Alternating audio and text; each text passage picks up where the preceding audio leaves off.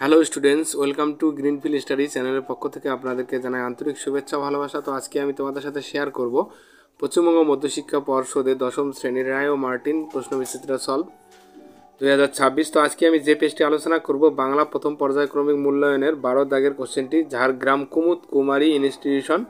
তো page number হলো 10। তো একের দাগের ঠিক উত্তরটি বেছে নিয়ে লেখো। এ দেশের কিছু হবে না বলে তপনের মেশো চলে যান। কোথায় যান? সিনেমা দেখতে যান। যে কাব্যগ্রন্থি শঙ্খ ঘোষের লেখা নয় সেটা হলো দিন ও রাত্রি, লেখকরা তা দিয়ে লিখে চলেছেন। অবিরাম মাথা নিচু করে না অনব্রত। তো সঠিক উত্তরটি হবে গ, অনব্রত। 1-4, কর্তা নিজে কাজটি না করে অন্যকে দিয়ে করিয়ে নিলে তাকে আমরা কি বলবো? প্রযোজক কর্তা বলবো। এরপরে আলোচনা করব আমরা 2-এর দাগের কম বেশি 20টি শব্দের মধ্যে উত্তর দাও। ক্রমশ কথাটা ছড়িয়ে পড়ে। কোন কথাটা? তপনের গল্প কাঁচা লেখা হওয়ায় তাতে একটু আর একটু কারেকশন করতে হয়েছে। তপনের মেসোমশাইয়ের এই কথাটা সারা বাড়িতে ছড়িয়ে পড়ে। এরপরে 2-2, অফুরন্ত এই কালির ফোয়ারাটি কে খুলে দিয়েছিলেন? একদিন অফুরন্ত এই কালির ফোয়ারা যিনি খুলে দিয়েছিলেন তার নাম লুইস অ্যাডসন ওয়াটারম্যান। এরপরে দেখো 2-3, ছায়াবৃথা আফ্রিকার মুখটি কোথায় লুকানো ছিল? ছায়াবৃথা আফ্রিকার মুখ লুকানো ছিল কালো ঘোমটার নিচে, অর্থাৎ আদিম অরণ্যের অন্ধকারে। জলে গেল আগুনে। আগুনে কি জ্বলে গেল? কবি পাবলো নেরুদা রচিত অসুখী একজন কবিতায় ভয়াবহ যুদ্ধের কারণে সমস্ত সমতলে আগুন ধরে গেল। এরপরে 2-5, বেলা যে পরে এলো জলকে চলো। রেখাঙ্কিত পদটির কারক ও বিভক্তি নির্ণয় করো। জলকে, তো জলকে হলো কর্তৃকারকে, কে বিভক্তি। কর্মের বিপসা বলতে কি বোঝো? উদাহরণ সহ বুঝিয়ে দাও। একই কর্ম একাধিকবার ব্যবহৃত হলে তাকে কর্মের বিপসা বলা হয়। উদাহরণ, যা যা বলেছি সবটা করতে হবে। যা যা করার করো। এরপরে আলোচনা করব আমরা 3-4, 5, 6, 7 এগুলি আমরা পিডিএফ আকারে আলোচনা করব। তো যদি চ্যানেলটিতে নতুন হয়ে থাকো অবশ্যই চ্যানেলটিকে সাবস্ক্রাইব করো এবং বন্ধুদের মধ্যে শেয়ার করো। এরপরে আলোচনা করব 3-এর দাগের কম বেশি 60 শব্দে উত্তর দাও। আমাদের থাকলে আমরাও চেষ্টা করে দেখতাম। আমাদের বলতে কাদের কথা বলা হয়েছে? তাদের কোন চেষ্টার কথা বোঝানো হয়েছে? আমরা থাকলে আমরাও চেষ্টা করে দেখতাম, এই উক্তিটি তপনের মেজো কাকু বলেছেন। যেখানে আমরা বলতে তিনি নিজেকে এবং বাড়ির অন্যান্য সদস্যদের বোঝাতে চেয়েছেন এবং তপনের লেখা গল্পটি ছাপানোর জন্য তাদের চেষ্টারও কথা বোঝানো হয়েছে। আমাদের চোখ মুখ ঢাকা, আমরা ভিখারি 12 মাস মন্তব্যটির তাৎপর্য লেখো। কবি শঙ্খ ঘোষ রচিত আয় আয় আয় আরও বেঁধে বেঁধে থাকি কবিতা থেকে উদ্ধৃত লাইনটি নেওয়া হয়েছে। কবিতায় কবি 12 মাসে ভিখারি জীবনের যে স্বরূপটি তুলে ধরেছেন তা হলো আত্মসর্বস্ব, মানুষের শুধু নিজের স্বার্থ পূরণের এক প্রবল মনোবাসনা বা আকাঙ্ক্ষা পূরণ। সমাজ ও রাষ্ট্রের নরঘাতী স্বরূপটিকে বুঝিয়েও আজ আমরা নির্বিকার। বেঁচে থাকার জন্য আজ আমাদের চোখ মুখ ঢাকা। আমরা নির্বিবাদে সব কিছু সহ্য করে পরম মুখোপেক্ষী কোনো ক্রমে জীবন ধারণের ভিক্ষুক দশা গ্রহণ করেছি।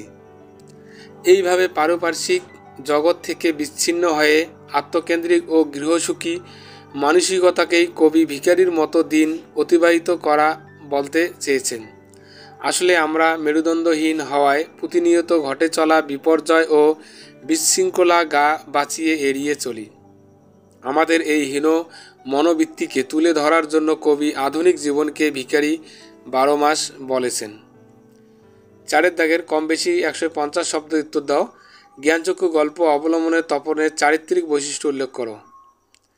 প্রাককথন, হাতের রং তুলির সঙ্গে মনের মাধুরী মিশিয়ে চিত্রকরেরা ছবি আঁকেন, ঠিক তেমনই হৃদয়ের ক্যানভাসে কল্পনার রং মিশিয়ে সাহিত্যিকরা সৃষ্টি করেন চরিত্র। তার মুখে দেন ভাষা, চোখে দেন স্বপ্ন, বুকে দেন আশা। জীবন শিল্পী আশাপূর্ণ দেবী এভাবেই তার জ্ঞানচক্ষু গল্পে তপন চরিত্রটিকে সৃষ্টি করেছেন। সমগ্র গল্পে তপনের চরিত্রটির যে দিকগুলি উন্মোচিত হয়েছে সেগুলি হলো: ক নম্বর, কল্পনাপ্রবণ। তপন ছিল কল্পনা বিলাসী, সেই কারণেই তার কল্পনায় লেখকেরা হলেন আকাশ থেকে পড়া জীব। আবেগ চঞ্চল। তপন অতিরিক্ত আবেগ চঞ্চল, তাই গল্প লেখা শেষ হওয়ার পর কাল বিলম্ব না করে চলো তপন দ্রুত গতিতে ছাদ থেকে নিচে নেমে এসে স্বরচিত গল্পটি মাসিকে দেখায়। সাহিত্যপ্রেমী। সাহিত্যের প্রতি তপনের আকর্ষণ ছিল দুর্নিবার। এই জন্যই ছেলেবেলা থেকেই গল্প শুনতে আর গল্পের বই পড়তে সে ভালোবাসত। উৎসাহী। গল্প লেখা নিয়ে বাড়ির সকলে উপহাস করলেও তপনের উৎসাহে ভাটা পড়েনি। লেখার নেশায় আচ্ছন্ন হয়ে তপন আপন উৎসাহে গল্প লিখে গিয়েছে। আত্মমর্যাদাবোধ। তপনের আত্মমর্যাদাবোধ ছিল প্রবল, তাই তো মেশোর হাতে নিজের সৃষ্টিকে রাহুগ্রস্ত হতে দেখে স্বপ্নভঙ্গের যন্ত্রণায় তার ভিতরে শুরু হয় আত্মদহন। দৃঢ়প্রতিজ্ঞ। গল্পের শেষে চরম দুঃখের মুহূর্তেও ভেঙে না পড়ে দৃঢ়প্রতিজ্ঞ তপন নিজের উদ্যোগেই গল্প প্রকাশের প্রতিজ্ঞা গ্রহণ করে। শেষ কথা, তপন চরিত্রের মধ্যে কোনো দাতা নেই, আছে সরলতা। এই সরলতাই বেদনার আগুনে দগ্ধ হয়ে যশ প্রার্থী তপনের জ্ঞানচক্ষু উন্মিলিত করে তাকে বাস্তববোধ সম্পন্ন করে তুলেছে। আমরাও তবে এইভাবে এ মুহূর্তে মরে যাব নাকি, এমনটা মনে হচ্ছে কেন? আমাদের পারিপার্শ্বিক অশান্ত সামাজিক ও রাজনৈতিক পরিবেশের প্রেক্ষাপটে কবি শঙ্খ ঘোষের আয় আরও বেঁধে বেঁধে থাকে কবিতাটি রচিত। বর্তমান সংকটময় বিশ্বের ভয়াবহ প্রতিচ্ছবিটি প্রতিবিম্বিত হয়েছে কবিতায়। রাষ্ট্রীয় নির্যাতন, সাম্রাজ্যবাদী আগ্রাসন, রাজনৈতিক ভ্রষ্টাচার, ধর্মীয় সন্ত্রাস আর সামাজিক অবক্ষয়ে সাধারণ মানুষ আজ দিশেহারা। মানুষ ক্রমশই যেন অস্তিত্বহীন হয়ে পড়েছে। বর্তমান পৃথিবীতে টিকে থাকাটাই সন্দেহের। সমগ্র পৃথিবী জুড়ে মানুষ আজ হানাদারি ঘাতকের হাতের পুতুল। নিষ্পাপ শিশুর রক্ষা নেই। নিজের বাঁচা মরার ভেদ রেখাটিও ক্রমশ অস্পষ্ট হয়ে উঠেছে তার কাছে।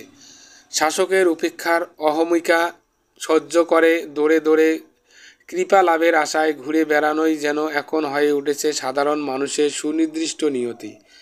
সব মিলিয়ে মৃত্যু রক্তাক্ততায় পূর্ণ হয়ে যাচ্ছে পৃথিবী। বেদনা ভরা চোখ মেলে কবি চারিদিকে সন্তানদের মৃতদেহ দেখেছেন।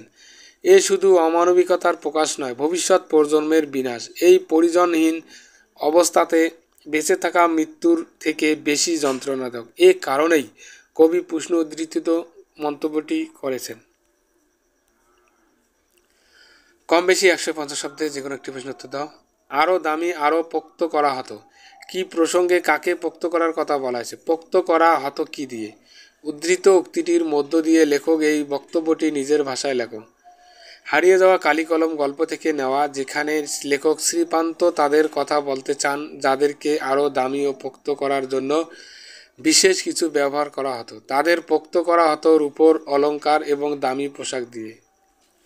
কিসের প্রসঙ্গে? গল্পে তাদের বলতে লেখক ধনী ও প্রভাবশালী ব্যক্তিদের বোঝাতে চেয়েছেন যাদেরকে সমাজে আরও বেশি সম্মান ও গুরুত্ব দেওয়া হতো।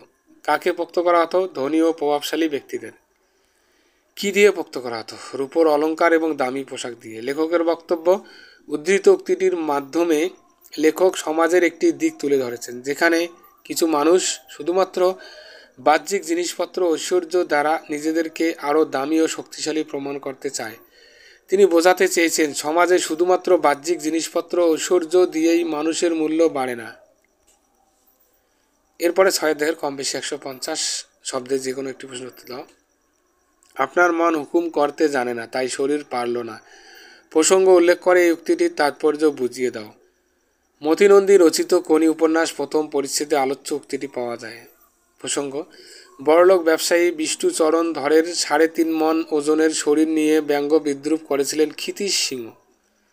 বিষ্ণুচরণ অনেক টাকা খরচ করেও যে তার শরীরটাকে মনের চাকর বানাতে পারবেন না তা বোঝাতেই ক্ষিতীশ নিজের ডান হাতের কুনুই শরীরে লাগিয়ে পিস্তলের মতো হাতটি সামনে বাড়িয়ে দেন। শত চেষ্টা করেও বিষ্ণুচরণ ধর তার হাতটা নামাতে ব্যর্থ হন। এই প্রসঙ্গে ক্ষিতীশ সিংহ আলোচ্য উক্তিটি করেছেন। তাৎপর্য, জোর বলতে শুধু শারীরিক বলকেই বোঝায় না, মনের জোর এবং ইচ্ছাকেই আমাদের আসল বল। তা শরীরের অনেক দুর্বলতাকে ঢেকে দেয়। ইচ্ছাশক্তি শরীরকে দিয়েই নিজের মতো করে অনেক বেশি পরিশ্রম করিয়ে নিতে পারে।